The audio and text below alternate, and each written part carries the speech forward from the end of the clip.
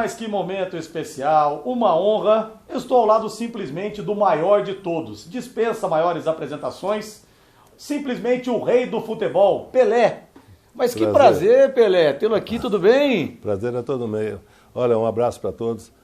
Ele falou que está com o Pelé, mas ele está com o Edson também, não vão esquecer, tá?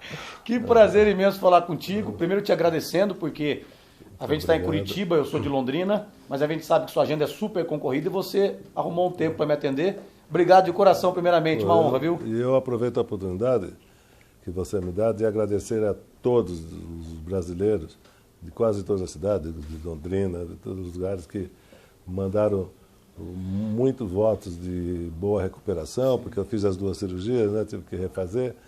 Graças a Deus já estou aqui. Vou ver se dá para preparar para o próximo Mundial. Vamos ver. E você para de dar susto na gente com esse negócio de cirurgia, tá bom? Chegou já, né? Mas a culpa não é minha, rapaz. Eu estou pagando a conta agora. Depois de 25 anos de carreira, eu estou pagando a conta agora. E foi muita pancada, né, Pelé? Mas você sabe que, graças a Deus, né, durante a minha carreira, que era muito importante, né, eu tive aquela contusão na Copa onde foi? 62. Da Inglaterra. Ah, de 66. Inglaterra, mas eu joguei, né, todo o primeiro turno. Agora, em 62, no Chile também eu joguei, mas aí eu me machuquei. Sim. Mas a da Inglaterra foi a pior porque eu fiquei fora, né, da final. E Chile e o Brasil foi campeão também, né? Ficou tudo certo. Pelé, eu entrevisto muitos personagens da história do futebol e cada um me conta uma história diferente sua. O Pepe, que é um grande contador de causos, me contou o seguinte: Rodrigo, a gente acordava na concentração e ia para perto do quarto do Pelé para ver como que ele levantava. Se ele acordasse assobiando, cantando, o bicho estava garantido. E no dia, no estádio já, o Pelé tinha um ritual, ele dormia, ele apagava. Aí diz que o Lula chegava e falava assim, o treinador falava assim, ó, é o seguinte, o Pelé tá em transe, tá mantendo contato com seres superiores, ninguém acorda o homem que ele vai garantir o bicho. Ele falou que você tinha esse ritual e que o Lula não deixava ninguém chegar perto de você. Você sabe por que eu estou rindo, por causa dos nossos amigos que estão me vendo? Não estou rindo por causa da história dele, não, porque essa brincadeira do Pepe, ele falava que eu era macumbeiro. Eu me lembro, mas não, mas na realidade, enquanto o pessoal ficava brincando, sabe, uns ficavam lá batucando antes dos jogos, eu procurava relaxar. Eu chegava, muitas vezes a gente ia de ônibus para São Paulo, para jogar saía de Santos para jogar no Rio e tal, eu procurava descansar. Chegava no vestiário, chegava um pouco cedo, eu ficava descansando. E eles ficavam vendo, tirando foto. Aí o Pepe veio com essa, que eu estava... Mas era realmente para relaxar, para descansar. E o Dorval me disse que você era sonâmbulo, disse que acordava no meio da noite, o Pelé não sei o que lá, gol! Você estava dormindo, andando pelo quarto, fazendo gol, o Dorval me contou, é verdade isso também, Valendo? Essa coisa do grito de gol aí, ele inventou também com o Pepe. Não, uma coisa certa, para meus amigos telespectadores que estão vendo, eu realmente, de vez em quando, eu sonhava, né? Então eu era meio sonâmbulo mesmo, sabe, mas às vezes mas gol dormindo eu levantava, mas ficar gritando gol, aquela coisa que eles inventaram, mas de vez em quando eu falava mesmo, né? Chamava os amigos e tal. Depois que eles me falavam, pô, você estava fazendo o quê? Você estava chamando o seu pai, não sei o quê. Eu falei, então, pô, eu estava dormindo, não via. Aí eles começaram a inventar um monte de coisa. E falando no seu pai, no seu Dondinho, que Deus o tenha, eu já ouvi dizer o seguinte, que ele na base do Atlético Mineiro ou de outro clube, fez 5 gols de cabeça num jogo. E que ele tirava um sarro de você, falava assim, ó, você foi o melhor do mundo, você fez 1000 gols, mas 5 gols num jogo você nunca fez, quem fez fui eu. É verdade isso, Pelé? Isso é verdade.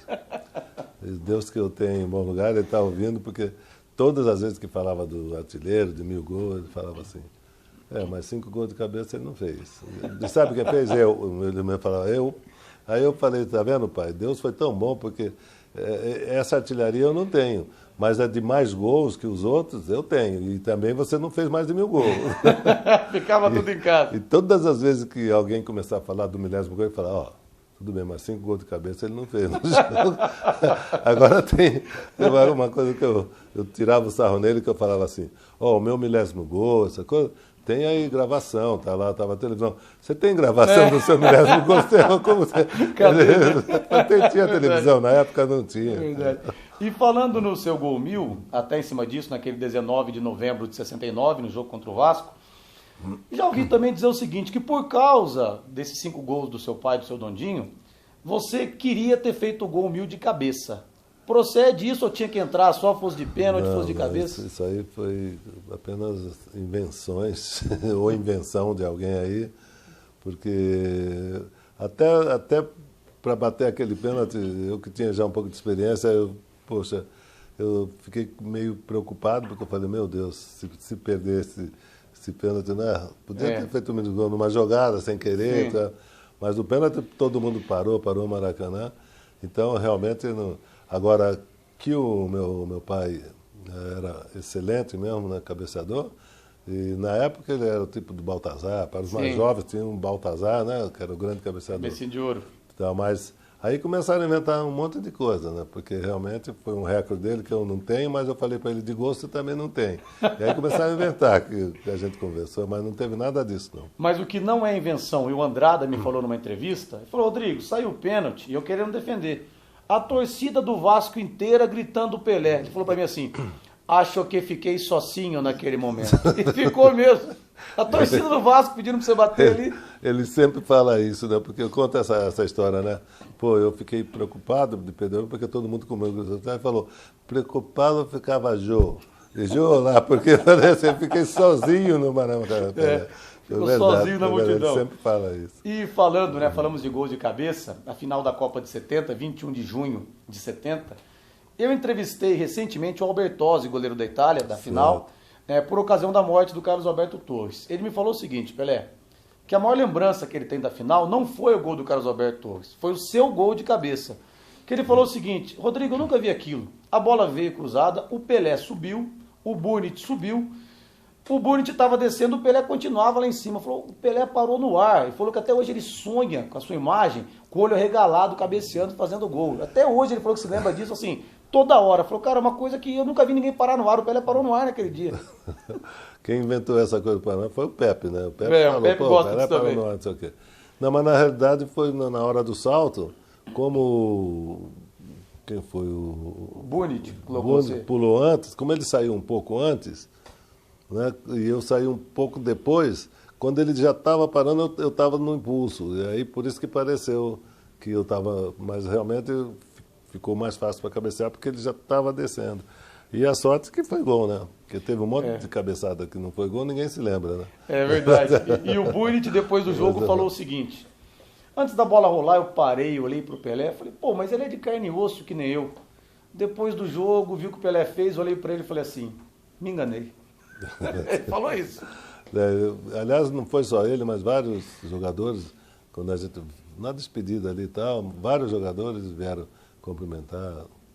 Suerte, muita sorte, Pelé, parabéns. Eles foram legais para chuva, foram muito legais. Porque geralmente os caras saem aborrecidos, perdem, né? Saem meio chateados, às vezes nem cumprimentam. Né? Mas eles todos vieram cumprimentar. Boa memória. Obrigado.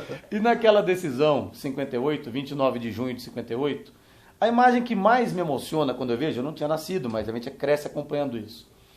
Não foi nem um gol seu contra a Suécia, mas foi o seu choro de garoto no final do jogo.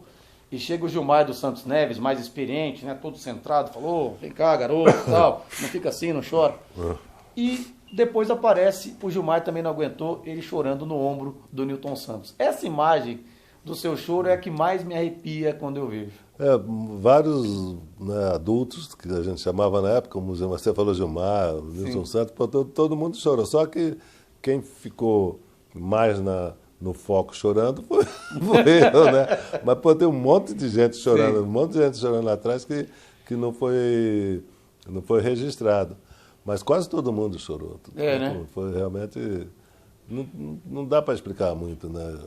A emoção e aquela época era uma época diferente de hoje, né? Hoje tem um registro aí de qualquer jogo, naquela época o Brasil tinha ido na Suécia. Teve um acontecimento na época, até eu sempre conto isso, que quando a gente estava lá, na Suécia, a gente, na preparação e tal, Ninguém sabia de onde era o Brasil. Sim. Um repórter chamou o Brasil de Argentina. Até eu fiquei Capital bravo. Buenos Aires. Foi uma coisa que ninguém sabia. Eu falava, caramba, nós fomos orgulhosos para lá, né? Falei assim, pô, vamos lá e tal. Aí eu falei, pô, será que ninguém sabe o que é o Brasil aqui? Pô, o Brasil, Buenos Aires. Mas foi um bom início, né? O Dino Sani me contou a história sua boa também. Falou, Rodrigo, ficavam umas loiras ali perto, né? Copa curta, fazendo topless e tal. E o Pelé garotinho, o pessoal, olha lá, Pelé. Não vou olhar. Por quê? Deus vai me castigar, eu vou jogar mal. Claro que não foi. Coisa do Dino Sani, hein? Claro que não foi assim, mas é verdade. Só que só suecas, a gente chegou lá, só loirinha, tá vendo o treino, era atrás da arquibancada, e como estava calor, elas estavam, na realidade eu não vi nenhuma de topless, mas de biquíni e tal, as meninas lá brincando, e eu treinava e eu falava assim, eu não olhava, os caras falavam, eu não olhava e falava assim, ai, Deus vai me castigar. Deus vai me castigar. Eu não olhava para as meninas. Isso é verdade. Isso é verdade. A gente fazendo ginástica, eu falava, ai, Deus vai me castigar se eu olhar.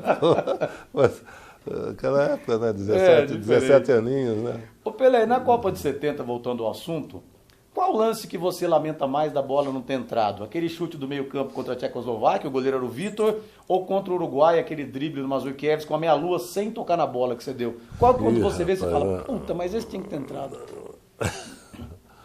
Bom, olha, na realidade, o drible no Mazurkiewicz foi incrível, né? Porque eu já achei que a bola, eu não sei o que aconteceu, se muita confiança, depois que eu driblei, toquei, porque o gol estava livre, já tinha passado. Eu saí, foi o único que eu saí gritando, é gol!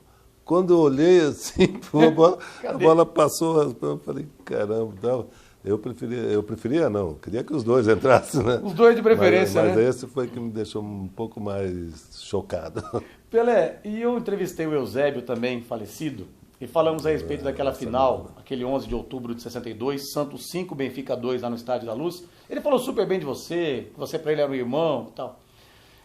Os jogadores do Santos falam também. Se bem que eu falei, você tá rindo que eu falei, irmão, te deu umas alfinetadas, Eusébio, também, né? Por isso você tá rindo. Eu tô rindo porque acontece tantas coisas dentro. Depois do jogo os caras falam um monte de outras coisas. Por isso que eu ri. Até só pegando o gancho, o Milton Neves, que também já entrevistei, falou uma vez que ele ligou pro Eusébio, falou assim, Eusébio, o Pelé de Portugal. O Eusébio falou assim, Pelé de Portugal? O Pelé que é o Eusébio do Brasil. E pumba, desligou o telefone. Então tem essas coisas. Mas os jogadores do Santos que atuaram naquela final, eles falam, foi a partida mais perfeita daquele time e do Pelé. E o Eusébio falou, Rodrigo, o que o Pelé fez naquela noite, cara, a gente só não foi campeão porque o Pelé estava num dia que não tinha como parar. Só se o Bela Gutmann, treinador, desse um fuzil para um zagueiro e uma pistola para outro zagueiro. Eu não sei, o Santos estava muito bem naquela época, um time muito bem entrosado. Eu acho que um jogo que também a gente pode equiparar a esse foi na Argentina, contra o Boca. Sim. O Santos, contra o Boca, porque o Santos estava com um time muito certinho, muito organizado, e os jogadores eram bons, né? Sim. É que vai passando o tempo, as gerações vão vindo, o pessoal vai esquecendo. Mas o que o Zito jogava... Barbaridade, né? O Didi metia de curva, inventou a folha seca, que todo mundo fala. Então, o time estava muito organizado. E o Benfica tinha um timaço também, né? Era o melhor time da Europa na época. E graças a Deus que foi para nós. O Zito me falou que só ele te dava bronca. Só eu dava bronca no Pelé. Falou isso para mim. O Zito, ele ficava bravo porque a gente chamava, Deus que eu tenho um bom lugar, a gente chamava ele de chulé porque ele tinha chulé. E ele era o capitão, e ele era bravo mesmo, viu? Não era, eu era bem mais garoto, né? Bem mais novo, mas não era só em mim que ele dava bronca, né? Ele dava bronca em todo mundo. Doval, né? Realmente o Zico era um grande exemplo. É verdade. Dentro e fora de campo. Sim, dentro e fora de campo, fora né? de campo. Dentro e fora de campo. Pelé, pouca gente vai se lembrar disso, mas a Copa de 86, você tinha 45 anos, chegou a correr uma informação, não, o Pelé se colocou à disposição para jogar e tal, diz que um mês ele entra em forma, né? E ficou aquela coisa, o Pelé vai para a Copa, o Pelé não vai para a Copa. E a Copa foi disputada debaixo de um calor escaldante. Quando você pensa de repente nisso e fala, eu não fui, você pensa mais assim, eu não fui, o Brasil não foi campeão, poderia ter ajudado, ou você fala, meu Deus, escapei de uma canoa furada que eu ia me expor, eu já tinha 45 anos. O que você pensa? Você fala na Copa do Mundo? De 86, porque chegaram a dizer na época que você tinha se colocado à disposição, foi uma campanha nacional até, muita gente, não, o Pelé vai jogar e tal, e você acabou no Não, é porque eu estava fazendo, depois eu fiz jogo de 50 anos na Itália, com alguns jogos com o Santos, fiz com a seleção de 50 anos. E aí começaram a dizer que, mas não foi nada disso, não. Não. Uma coisa parecida aconteceu em 70 foi a Copa, aí 74, né, que eu estava bem também, que eu fui até artilheiro do campeonato na época, do brasileiro, do paulista, e aí queria que eu jogasse, eu falei não, e eu estava bem. Depois, é claro, eu fiz alguns jogos amistosos, joguei com a seleção, até com 50 anos, aquela homenagem lá na Itália, eu joguei. Então, o que eu dizia é que eu estava em condições de jogar, mas não teve nada disso. Não. Que foi uma coisa muito falada na época, que você tinha se colocado à disposição mesmo com 45 anos. Não, isso aí, eu sempre falei que com 50 anos, quando eu fiz aquele jogo lá na Itália, eu fiz alguns jogos, né, no Rio, quando teve a enchente, falei, eu ainda estava com condições de jogar, eu brincava, né? Com 50 anos, eu ainda estava bem para jogar e tal. Por isso que às vezes sai esse mal-entendido. E você falou do jogo da enchente 79, Flamengo 5, Atlético Mineiro 1. O Zico cedeu a camisa 10 para você e ele jogou com a camisa 9. Foi. E perguntou para mim se estava muito pesada a camisa. Falei, Zico, pô, qual é? Pelé, para mim te finalizar, te agradecendo demais. A gente está agora num campo de pelada. Meu time contra o seu, olha que presunção a minha, né? E a gente tira lá o para o ímpar, você ganha. Você vê no barranco ali, encostados, o Messi e o Maradona. Quem que você escolhe para o seu time? Qual dos dois você acha que se entenderia melhor com você em campo? Bom, da maneira que você falou, eu ponho os dois. Não vai. Aí daria os dois. Mas eu acho que são épocas um pouco diferentes, mas eles são muito, muito parecidos. Muito parecidos. O Maradona, eu acho que era um pouco mais rápido que o Messi. Sim. Um pouco mais rápido. Era o mesmo tipo, perna esquerda e tal, mas o Maradona era um pouco mais ágil que o Messi. Mas eu e o Messi juntos, acho que ia ser 7-1 pra gente, viu? Pelé, quero te agradecer do fundo do coração, porque eu tenho esse programa que eu entrevisto grandes nomes da história do futebol, o programa Plantão Paiquerê, da Rádio Paiquerê de Londrina. Você está sendo convidado 450. Obrigado. Entrevistei gente de todas as partes do mundo, mas não poderia não entrevistar você. Ia sempre ficar faltando alguma coisa. Então, para mim, esse momento está sendo a coroação de um trabalho que, modestamente, eu comecei, querendo contar a história através da própria história, deixando os personagens falarem. Então, só posso te agradecer de coração por tudo. Você que em Curitiba, nessa maratona, arrumou esse espaço. Obrigado de coração. Obrigado. Viu? Eu aproveito a oportunidade para te agradecer também, para poder mandar a mensagem a todos aqueles que mandaram mensagem de oração para mim recuperar. Muito obrigado pela oportunidade. E viva o nosso Brasil. E viva Londrina, né? E viva Londrina. Obrigado, Rei. Um abraço. Boa sorte. Obrigado.